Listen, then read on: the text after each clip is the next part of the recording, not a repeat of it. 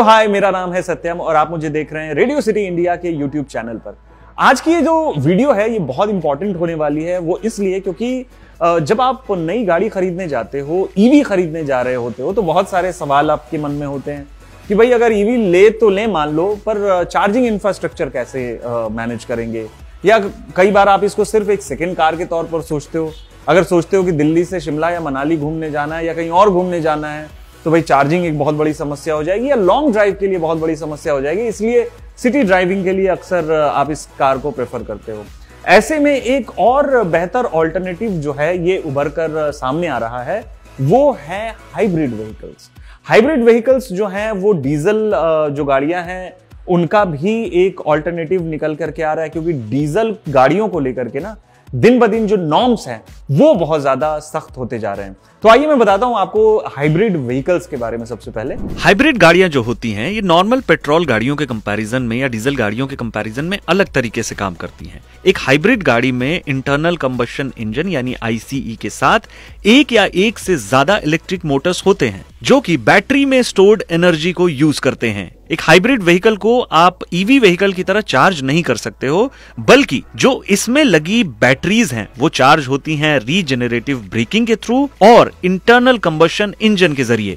इसमें जो लगी बैटरी है that can also power auxiliary loads और रिड्यूस करता है इंजन आइडलिंग को। इन तमाम मिली-जुली चीजों से जो हाइब्रिड व्हीकल्स हैं उनका जो माइलेज है, जो फ्यूल एफिशिएंसी है वो काफी ज्यादा बढ़ जाती है। नॉर्मल गाड़ियों में आपको 14 से लेकर 18 तक की माइलेज मिलती है और हाइब्रिड व्हीकल्स में आपको 27 से 30 तक की माइलेज भी मिलती है। बात अगर प्राइसिंग की करें तो ईवी से थोड़ी सी कम प्राइस नहीं होंगी, 1 से 1.5 लाख का डिफरेंस आएगा। अलग अलग रेंज में गाड़ियां आपको मिल जाएंगी, 20-22 लाख से लेकर के 70-80 लाख, उसके ऊपर जितना आप जाना चाहें आपको हाइब्रिड व्हीकल्स मिल जाएंगी। इसमें किसी एक्सटर्नल चार्जिंग इंफ्रास्ट्रक्चर की जरूरत नहीं होती। सब कुछ जैसा कि मैंने आपको एक्सप्लेन किया वीडियो में, सब कुछ इंटरनली होता है। और हाल ही में मैं एक कोस्टल एक्सपीडिशन का हिस्सा रहा तो मुझे मौका मिला ऐसी अमेजिंग हाइब्रिड व्हीकल्स को चलाने का। पर उससे पहले कि मैं कुछ हाइब्रिड व्हीकल्स को आपको दिखाऊं कि कौन कौन सी व्हीकल्स हमने चलाई, मैंने खुद पर्सनली कुछ हाइब्रिड व्हीकल्स को चलाया। एक और इंपॉर्टेंट बात मैं आपसे शेयर करना चाहता हूं कि जो हाइब्रिड व्हीकल्स होती है ना, इसकी माइलेज नॉर्मल पेट्रोल गाड़ियों से, नॉर्मल आईसी से ज्यादा होती हैं। कई बार 25-26 तक की 7 सीटर जो गाड़ियां होती है उसमें आपको माइलेज मिल जाती है। बहरहाल एक छोटा सा टूर देता हूं मैं आपको और दिखाता हूं कि कौन कौन सी गाड़ियां जो हैं वो लेक्सस की हैं जो हाइब्रिड में अवेलेबल हैं। कुछ इसमें से 2017-2018 मॉडल हैं, but look at the size of these vehicles. SUVs भी हैं, सिडान्स भी हैं और नॉर्मल आपको क्रॉसओवर एसयूवीज भी इसमें देखने को मिलेंगी। तो सबसे पहले शुरुआत इस एसयूवी से करते हैं। Look at the size of this vehicle. मेरी हाइट लगभग 5 फुट 8 इंच है और ये हाइट मिलती है आपको 5 सीटर में आती है। इस गाड़ी का जो वेरिएंट है वो है लेक्सस RX 450H। बाकी बढ़ते हैं इस गाड़ी की तरफ। ये एक मिड साइज एसयूवी है। इसको मैंने लगभग 1100-1150 किलोमीटर चलाया है एंड ट्रस्ट मी, जो एक बोलते हैं ना कि सीमलेस एक्सपीरियंस। कई लोगों को डाउट होता है कि हाइब्रिड में जब हम चलाते हैं तो वो बैटरी से पेट्रोल पर शिफ्ट होगा तो कुछ ऐसा महसूस होगा। एकदम सीमलेस एक्सपीरियंस होता है, कुछ भी ऐसा महसूस नहीं होता। इसकी पावर, इसकी एक्सेलरेशन, सब कुछ लाजवाब है। स्पेसिफिकली अगर इस गाड़ी की बात करूं तो गाड़ी रोड पर इस तरीके से चलती है जैसे हम बोलते हैं ना आम बोलचाल की भाषा में, रोड पर चिपक कर चलना। बाकी जितनी भी गाड़ियां यहाँ पर खड़ी हैं मैं कुछ खासियत बता देता हूँ। सभी गाड़ियां ऑटोमेटिक हैं। वेंटिलेटेड सीट ऑप्शन सब में मिलेगा, ऑटो हेडलैम्प आपको सब में मिलेगा, हेड्स अप डिस्प्ले आपको सब में देखने को मिलेगा, लेदरेट सीट्स आपको सब में देखने को मिलेगी। बाकी ऑटोमेटिक एसी जो है वो आपको सब में देखने को मिलेगा। इस गाड़ी को मैं आपको थोड़ा सा अंदर से भी दिखाऊंगा कि किस तरीके से दिखती है गाड़ी। काफी प्रीमियम लगती है। Obviously Lexus is a luxury brand. यहाँ पर इस तरीके से हाइब्रिड की बैजिंग मिलती है। इस गाड़ी का जो वेरिएंट है वो है NX 300H। चलिए सबसे पहले शुरुआत जो है इसकी बूट से ही मैं करता हूं आपको। इस तरीके से इसकी की मिलती है, आप अनलॉक करेंगे और इस तरीके से टेल इसका इलेक्ट्रिकली आप ओपन कर सकते हैं। बाकी जैसा मैं इनके फीचर्स की बात कर रहा था, तो सभी गाड़ियां जो हैं इनकी जो सीट्स हैं वो पावर्ड सीट्स हैं। कुछ इस तरीके की बूट स्पेस मिलती है, यहाँ पर आपको स्पेयर टायर मिलता है एंड इस तरफ जैक मिलता है और सारी चीज़ें मिलती हैं। डिसेंट बूट स्पेस मिलता है। इसको क्लोज करने के लिए आपको यहाँ से एक बटन प्रेस करना है। बाकी एक बार मैं आपको क्विकली गाड़ी का इंटीरियर दिखा देता हूँ। गाड़ी के अंदर अगर आप आते हैं तो इलेक्ट्रिकली आप एडजस्ट कर सकते हैं सीट्स को। लंबार सपोर्ट भी मिलता है इसमें आपको। बाकी गाड़ी आप इस तरीके से ऑन करते हैं तो ये कुछ सीट्स इस तरीके से रिट्रैक्ट होती हैं, क्योंकि मेमोरी फंक्शन है यहाँ पर। मेमोरी आप 3 सेट कर सकते हैं। बाकी गाड़ी का जो फ्रंट डैशबोर्ड है वो कुछ इस तरीके से दिखता है। काफ़ी प्रीमियम लेदर है, लेदर रैप्ड स्टीयरिंग व्हील्स हैं।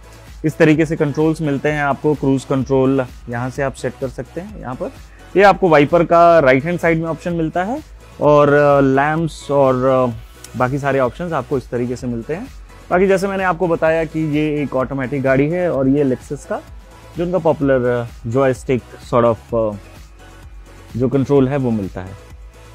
इस तरीके से स्पेस मिलती है आपको और काफ़ी प्रीमियम लेदर ऑप्शंस सीट जो मिलती हैं वो आप यहाँ पर देख पा रहे हैं। बाकी जो मैं मोटा मोटी बता रहा था कि सभी गाड़ियों में फीचर्स जो हैं वो ऑलमोस्ट सेम है।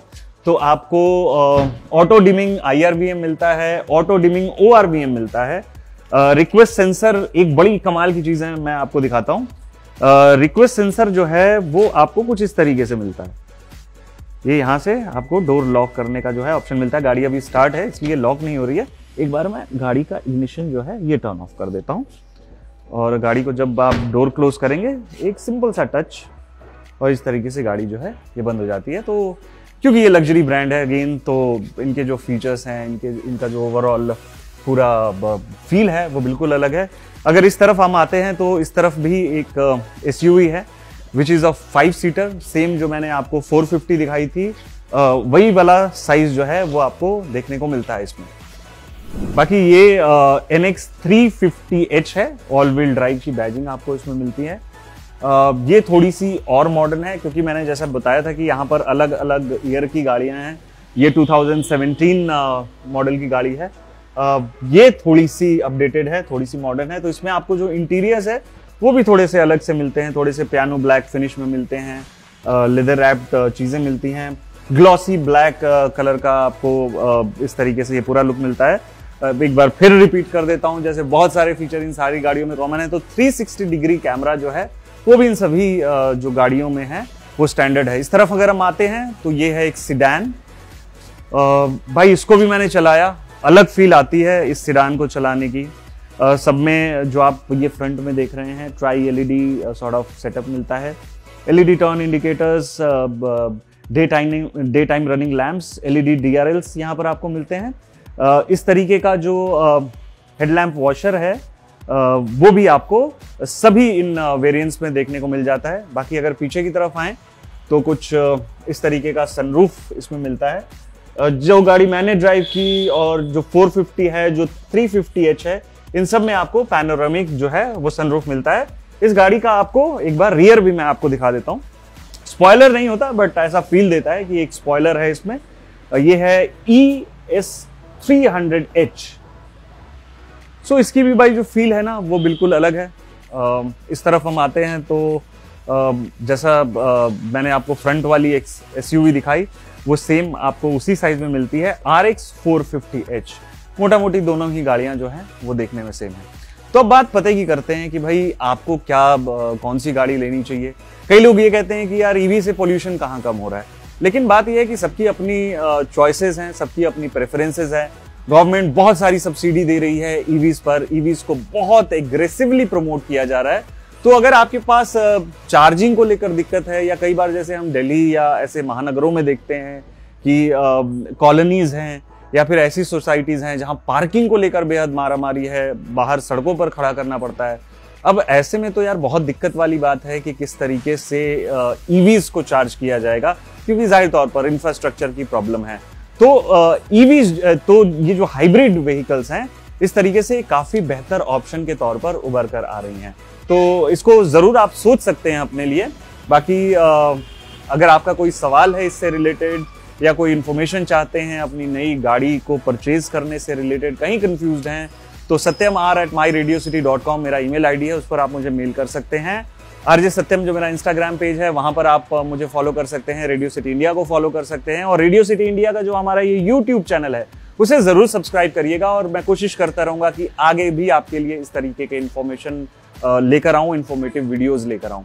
मिलते हैं नेक्स्ट वीडियो में, तब तक के लिए अपना ख्याल रखिए। This is your host Satyam signing off. Drive safe.